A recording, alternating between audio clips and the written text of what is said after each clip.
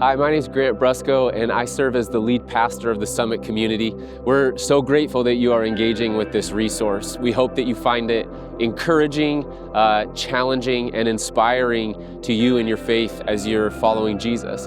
We are a community of people who are hungry for and passionately pursuing the presence of God on earth as it is in heaven. And we believe that that is best done in the context of community with other people to support and be there in the journey. So this is intended to be supplemental, not a primary substance of you seeking Jesus. If there's anything that we can do to help you take your next step with Jesus, because we believe everyone has a next step with Jesus, please reach out to us and let us know how we could serve you in that way. And we hope that the word blesses you. Well, we are in a series entitled The Way and the Water. And it's all about seeing the significance of water in the Bible. And as I was thinking about today and what I wanted to share and all this stuff, my mind went back to the whole fact, and it kind of brought back a bunch of memories. My life has always had water as a component in my life. I tried to find a little photo of me when I was like really quite young, when my mom pushed me in the lake, and there's a photo of me out on the dock in the pier and walking back. I have a little flip-flop in my hand, and I am livid. But I learned to love the water.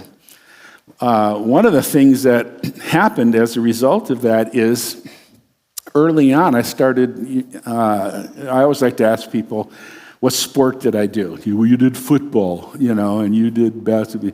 I was a swimmer, and a lot of people don't know that.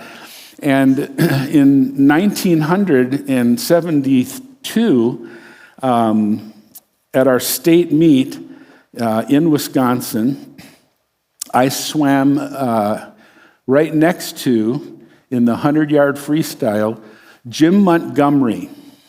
And unless you're really a sports buff, you don't probably get it, but Jim Montgomery was the first guy to ever break 50 seconds in the 100-yard freestyle. And I just broke a sweat. That's all it was, because we actually were coming into the wall, and he was coming back already. And it was humiliating, and it was a thing. It really doesn't have anything to do with Bible today, but it was my water story, so I wanted to do that. There's going to be quite a bit of storytelling today, considering kind of the work of God in the life of Moses and around his life as well. And hopefully then kind of piecing together what that all has to do with you and with me and our lives and who we are. And so I want to set precedent up front. All of these accounts in the life of Moses share something in common. There's this element of impossibility, some kind of impossible moments connected with water. Similar to the impossibility of me beating Jim Montgomery, and I'm still bitter about it. But my situation at that point wasn't life and death. We're looking at some very serious things in the life of Moses, in the life of the people of God, the Jewish people. And I want to approach each one of these accounts with a mindset. Situations that seem impossible become possible. And the solution behind every one of these impossible situations revolves around just two words, two of my favorite words. One of my favorite phrases in all of the Bible. It's repeated several times. And it's simple and it's totally profound at the same time. And it's just this: but God. But God. When we look just previous to Moses' life, we see it in the life of Joseph, whose brothers sold him into slavery into Egypt. And the book of Acts tells us basically that they sold him into Egypt, but God was with him and rescued him. And later on, Joseph, of course, is blessed by God, and he becomes kind of the number 2 guy in all of Egypt, and he saves the people from a famine, and he does all this stuff. And at one point, his brothers come to him because they need food during the famine. They don't recognize him. They don't know it's him. And this whole thing goes down. That's really, really cool. But Joseph basically looks at them once they recognizes him, and he says, you know what? You intended all of that for evil, but God meant it for good. And that's what we're going to see consistently across all of these accounts, this foundational idea, okay, that we're going to visit repeatedly this morning. Simply this: God will make a way when it seems like there's no way, okay? Jot it down. God will make a way where it seems like there's no way. And I'll keep that phrase in mind as we consider Moses. And I'm hoping we'll be able to be encouraged by the hand of God in some seemingly impossible circumstances. And so we're going to begin with the account of Moses' birth. And this story is classically used as a Mother's Day message. And it's not really as much about the life of Moses himself as about his mother's faith and her fearlessness. But it's one in a series of no way out situations in his life. Because in the natural, there's no way that this can turn out okay.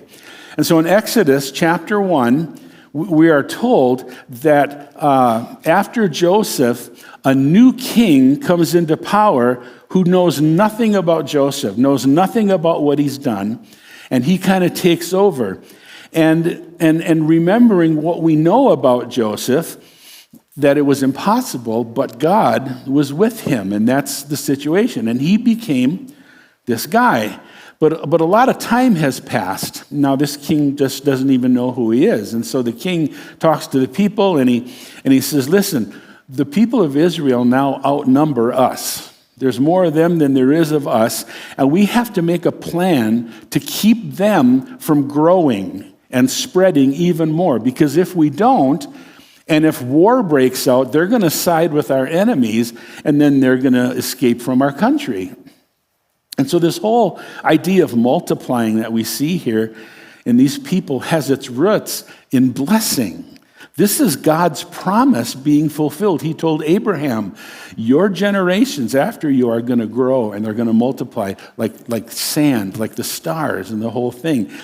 But the king sees it through the eyes of fear. He says, there's so many of them that I'm pretty sure they're going to rise up against us. And this explosive growth is a threat to his security, even to his ego. And so he tells the Egyptians, you are actually going to be protecting the kingdom by cutting off their bloodline. And so he makes the Israelites slaves, and he does all of this stuff, and he just wants to wear them down just by crushing them with hard labor and all this stuff. And the more the Egyptians oppress the Jewish people, the more the Israelites multiply and spread, and then the more scared and alarmed the Egyptians become. So it says that they worked the Jewish people without mercy. They made their lives bitter. They forced them to make bricks and just work in the fields. And literally the word is that they were ruthless on them. They were ruthless with their demands. But they continue to grow. And so the king has to come up with something else to stop it. And so he goes to the two midwives for the Hebrew women, Shiphrah and Puah, and he says, now when you help these women when they give birth, watch what's going on, and if they deliver a boy, kill him. If it's a girl, you can let her live. But the midwives, it says, they feared God more than the king, and so they refused, and they allowed the boys to live as well. So the king gets all in distress. He calls for the two of the midwives. He goes, why are you doing this? I asked you what to do. Why do you allow the boys to live? And they basically say these Hebrew women are not like the Egyptian women. They're just a lot more, the word vigorous. They have their babies so quickly, we can't get there in time. So what just happened here? They lied. And this used to mess with my theology a little bit. God blessed them. And so it says God was good to those midwives. And the Israelites continued to multiply, growing more and more powerful. And because the midwives feared God, he blessed them. There it is. Now, did God bless them because they lied? No. is because they feared God, because they had his heart, his purposes in mind. So then Pharaoh's at wit's ends, and he gives this order to all the people. He says, I need you to throw every newborn Hebrew boy into the Nile River, but you can let the girls live. It's just terrible. I can't imagine. I can't even get my mind around what that was like and how frightened they would all be. So in chapter 2, it says that about that time, a man and a woman from the tribe of Levi got married. And they had a baby boy. And he was delivered, and when it says when she could no longer hide him, I suppose it could be crying, whatever the reason, she couldn't hide him, it says, anymore. And she makes a basket, and she lines the basket with pitch and tar, and she puts the baby in the basket, and she lays it in the thick reeds there along the shore of the Nile. And he says that she had his sister kind of stand at a distance and see what happens. Watch what goes down with this baby.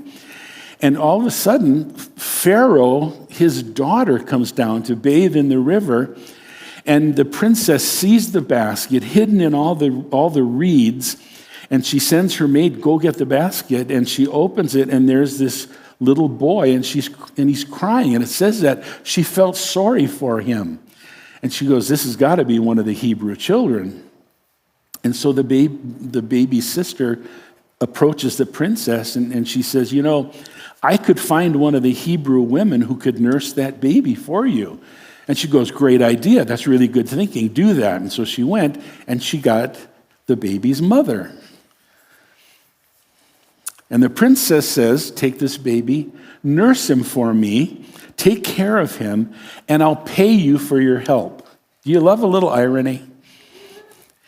And so the woman took the baby home, she nurses him, and later when he was older, she brings him back to Pharaoh's daughter. She adopts him as her own son, and she names him Moses because it has a sound in the original language. I lifted him out of the water. So what just happened? God just made a way where there seemed to be no way. Now, notice the subtle connection here. His mother technically obeyed the edict of Pharaoh to put every male child in the river, but she puts him in the protection of a waterproof basket. Now, just as an aside, who else had God protected from water within a vessel? Noah, his family.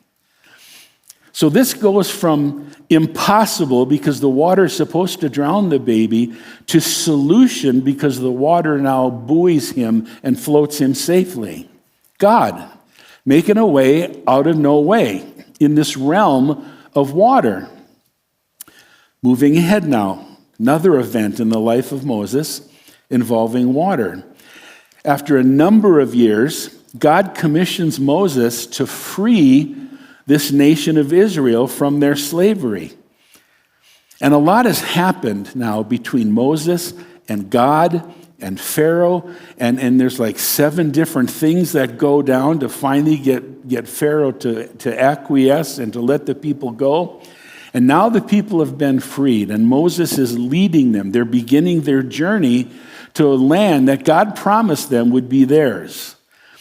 But after a while, they begin to realize Pharaoh's not keeping his side of the bargain, and his army is just bearing down on them. They know that they're coming.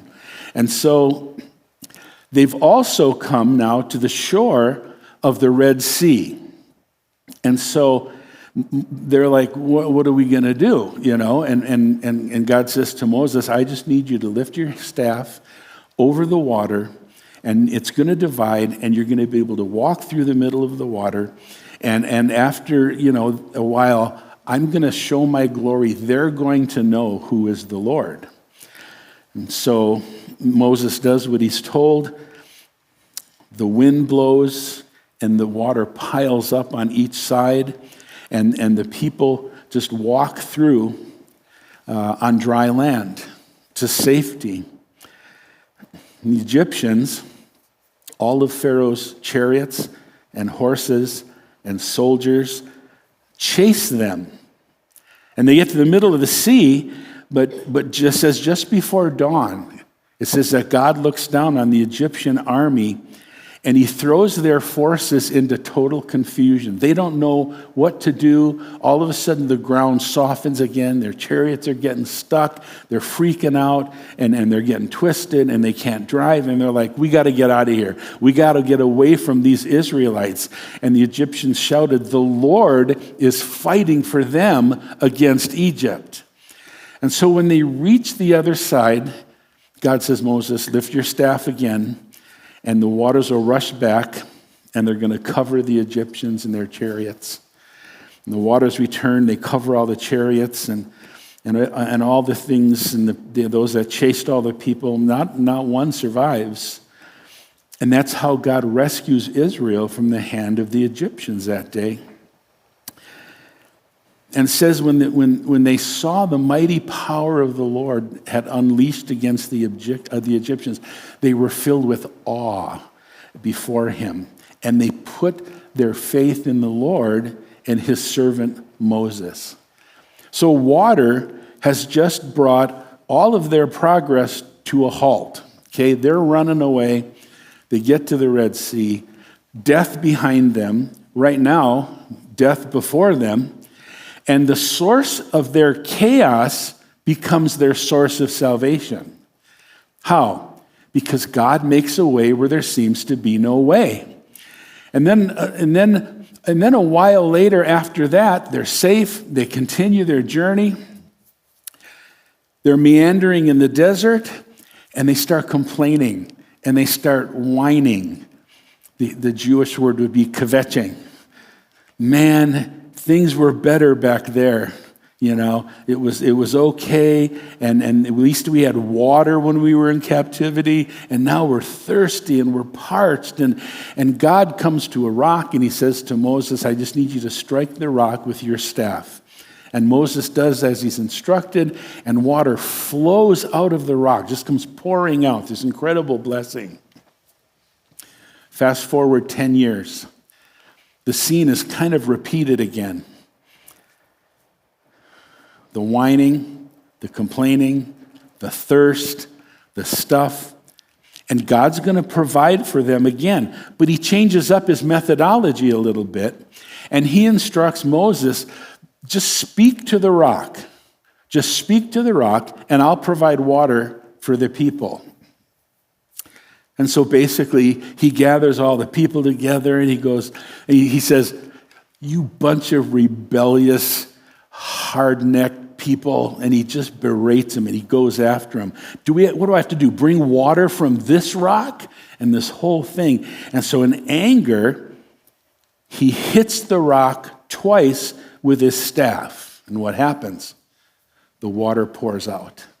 The water gushes forth. And it says that everybody and their livestock drank to their fill. But then God says to Moses, because you didn't trust me enough to demonstrate my holiness to the people of Israel, you won't lead them into the land that I'm going to give them. This whole journey thing isn't working out very well. And now they're thirsty again, and it doesn't go to plan. But again, God comes through and he makes a way where there seems to be none. But Moses is angry with the people, and they're whining and they're complaining. And so instead of speaking to the rock, he strikes the rock. And here's the thing. The water still came out. God blessed the people.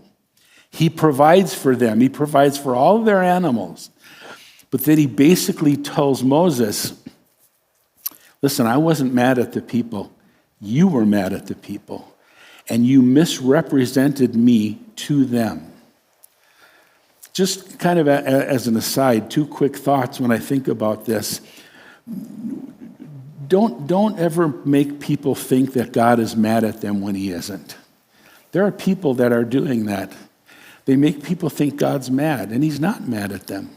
The other thing is, don't listen to the people who act like God is mad.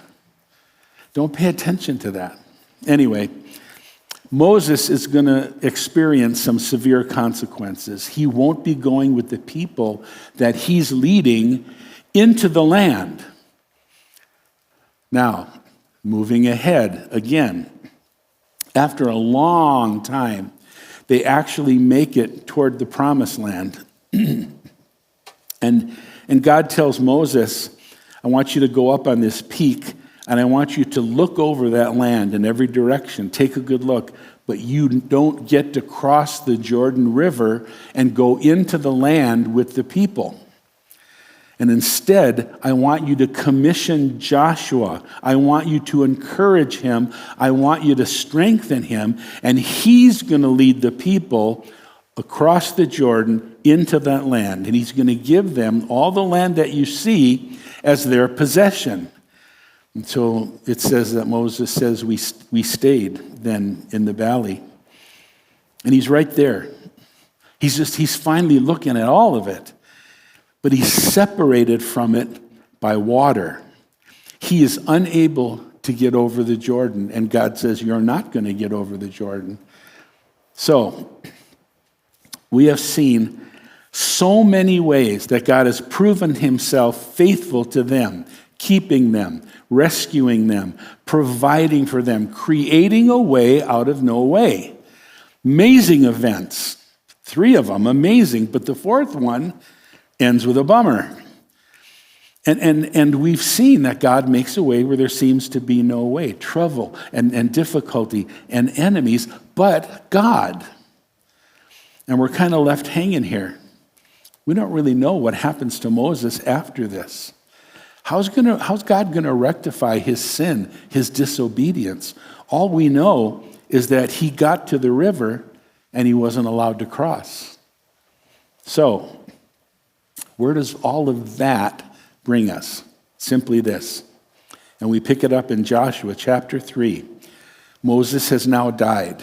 Basically, it says God waited and Moses died, and he tells Joshua, you're the guy, and you're going to do this. And they come to the banks of the Jordan. More water, more water. And God tells Joshua, I want you to have the priests come forward, bring the Ark of the Covenant, and I want them just to begin crossing the river. And it says it was the harvest season. The Jordan River is like overflowing its banks. It's fast, it's deep, so much going on. And as soon as their feet touch the water begins to back up. And it backed up a ways down to a little town called Adam.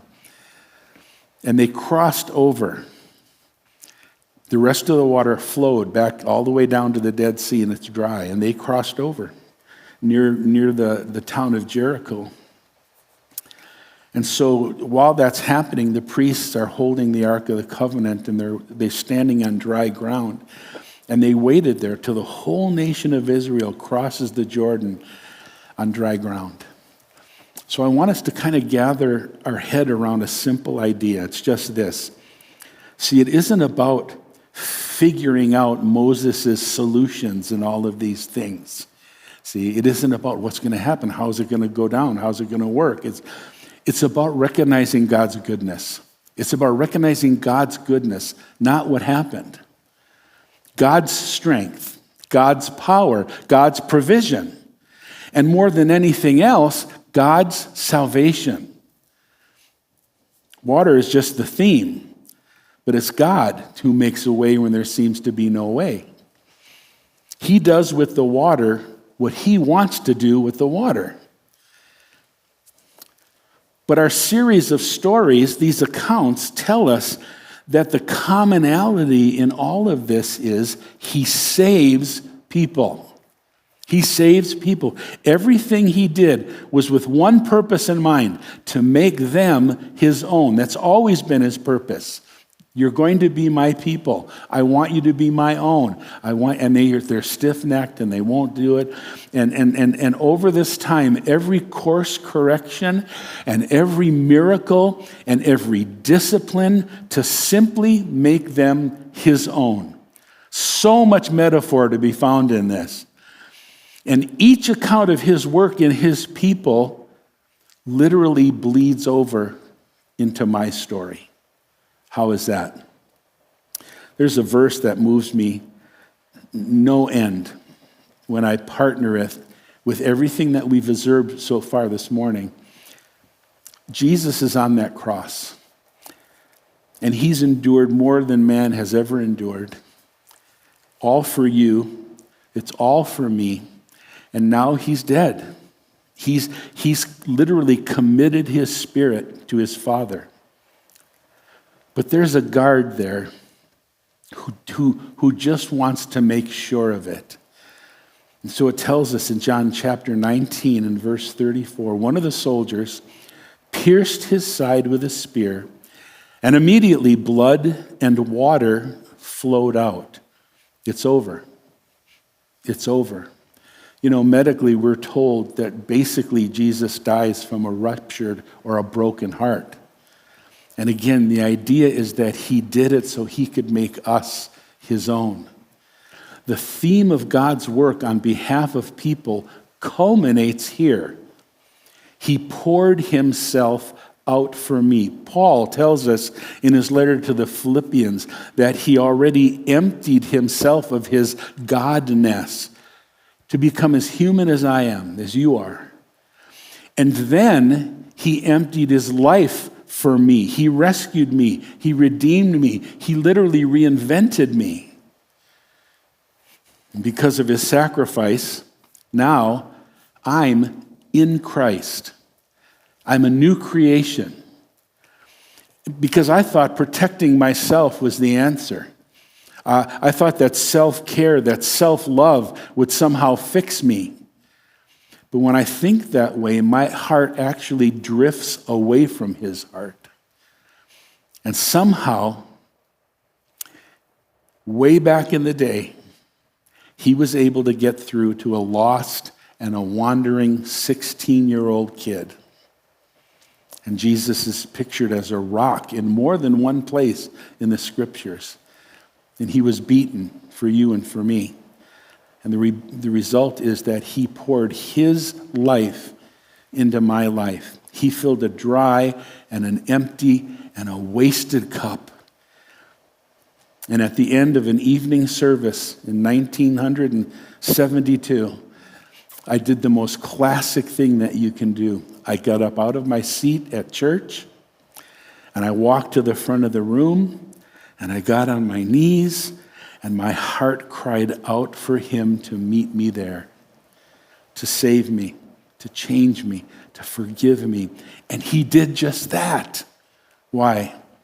Because he was faithful to forgive me of my sins and to cleanse me from all the unrighteousness of my life. But here's the thing. In that moment, when time seemed to stand still, when tears represent my cleansing, I really wasn't even thinking about heaven at all. I wasn't looking for some kind of fire insurance. I just knew I needed to be his. No real idea that I stood at the Jordan with no way to cross. And Jesus was on my mind, and he was in my heart, because now I mattered to someone, the someone. But skip ahead in time a little bit. And at some point, he reminds me, I do have a place in heaven. And I got it. I understood it. I'm not just his in the here and now. I'm his for eternity. And over time, I've keyed in more and more and more on this idea, maybe because I might be getting closer to it than I realize. But the idea is just this. I'm on this side of the river. I'm journeying. I'm working my way to the edge. I'm headed for the shore. But it's moving really fast. It's pretty stinking deep. I have no idea what to do next. But God, Jesus has provided the one and only way to get over. He made a way where there seemed to be no way. He He erased my sin. He erased my separation. And I am my beloved's, and he's mine. And one day, I'm going to cross over. I even have a music playlist entitled Heaven. Just all songs about just that, my eternal home. And sometimes I turn it on and I just listen and I get a little lost in it. It's just one small reminder that I have a hope and a future. One of my favorite songs in that regard is by one of my favorite singer-songwriters, David Wilcox. And he has a song entitled Furthest Shore. Here's some lyrics. We were there in the woods by the water. We left our packs up against that willow tree. We dove right in, keeping just what we were born with, our memories, knowledge, and dreams. As I swam away from our possessions, I imagined that they were gone forevermore. And for once, I was glad that all I treasured would still be with me as I reached the other shore. So, let me dive into the water, leave behind all that I've worked for, accept what I remember and believe. And when I stand on the farthest shore, I will have all that I need. Another favorite song, old school group named Dogwood. It says, I'm going to leave my troubles on this side of the river. I'm going to lay them down, never pick them up again. And when I get to the other side of the river, I know I'm never going to see my troubles again. God has created a way where there seemed to be no way, to be eternally known, to be forever in his presence. And so this morning, if you feel like you're over your head today, like you might drown, like the storm is winning, take this in. Hide it in your heart. Jesus has set your feet on this journey, and he has promised that your journey will end on the other side. And when I get to that other side, I'll give this some thought. I kind of think I'm going to ask him for the Peter plan. Breakfast on the shore, time to talk, forever with him. Maybe you feel like you're floating in the reeds or up against insurmountable odds in front and behind you. Or your soul is just so parched, it's just so thirsty. Maybe you're unsure regarding how you're going to cross over the water to your forever with Jesus. You've just struggled with the stuff of life, the pain and the hopelessness and the fear and the abandonment and the failures and the bad decisions, the stuff that prevents your heart from connecting to his heart. It's the S word, sin. Nobody wants to think about it. Nobody wants to mention it. But dealing with that is the first step towards health and wholeness and healing. Because whatever has separated you from God this morning can be brought to the foot of that cross where the water and the blood was poured out for you. And God can whisper to your heart. He's going to say, I know the water looks chaotic and you see no way to get across, but I want you to cross over anyway. But it's going to take a step. You're going to have to take the first step, and then I can dry it up and you can get past. It'll require trusting me. And you're going to find that as you take the first step toward him, he will be Lord of the waters. He'll change your life. He'll set in motion your journey, your walk, removing the chaotic waters of your past and filling your painfully dry cup with new living water, giving you a hope, a future, a promised land, as it were. Would you pray with me? Jesus, we're so grateful. We're so thankful to you. It isn't really about the means by which you make a way. It's about the fact that you are the way. You're truth. You are life. You are everything to us. Lord, even in this moment, people in a living room, in a TV room, sitting computer, phone, earbuds, whatever it is that's their mode of listening this morning. Your Holy Spirit can transcend time and space and distance and geography, and you can invade their hearts and you can show them the truth that you have loved them with an everlasting love, and that your heart is to reunite with their heart, and one day to bring them over to the other side to be with you in all of eternity. Thank you for that work. Thank you for who you are. Amen. So maybe you've made this decision to seek his heart now, to seek his forgiveness. If that's the case, would you just take a few minutes and go to summitchurchnw.com, and at the top of our homepage, you'll find a link that says Connect Card. And would you just let us know about your decision? And one of our pastors would very much like to make contact, just to talk and to pray with you about your new life. Well, every week, we finish with a benediction. This week is no different. And so now, Lord, may the Lord who lifts us from the waters draw your hearts much closer to his, and may you experience his embrace and his love in every way. God bless you, Summit Church. Have a great week in the Lord. Thank you for joining us online today. We hope that you felt encouraged or were impacted in some way throughout service. If something from worship or the message is stirring your heart, or maybe God is just prompting you to take some next steps in your faith, I just want to invite you to fill out an online Connect card, and our team would love to come alongside of you in that.